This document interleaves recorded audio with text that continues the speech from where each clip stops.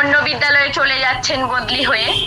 কাকসার প্রয়াগপুর অবৈতনিক প্রাথমিক বিদ্যালয়ে সেই খবর ছড়িয়ে পড়তেই পড়ুয়া থেকে অভিভাবক সকলেই উপস্থিত হলেন বুধবার সকালে। বিদ্যালয়ের গেটে তালা লাগিয়ে বিক্ষোভ শুরু করলেন। শিক্ষক রাজেশ কুমার অধিকারীরও চোখে জল। জানা যায়, কাকসা শিলামপুরের বাসিন্দা রাজেশ বাবু প্রয়াগপুর প্রাথমিক বিদ্যালয়ে 2016 সালে যোগদান করেন। 2022 সাল থেকে তিনি টিচার ইনচার্জের দায়িত্ব পালন করতে শুরু করেন। তিনি বদলি হয়ে যাচ্ছেন শিলামপুর প্রাথমিক বিদ্যালয়ে। সেখানে প্রধান শিক্ষকের দায়িত্ব পালন করবেন। স্কুল দপ্তর সূত্রে জানা যায়, কাউন্সেলিং করেই এই নির্দেশ এসেছে। সিনিয়রিটি অনুযায়ী হয়েছে বলে উনি এই স্কুলটি পাননি। কাকসা থেকে নিজস্ব প্রতিনিধি রিপোর্ট, সুখবর টিভি।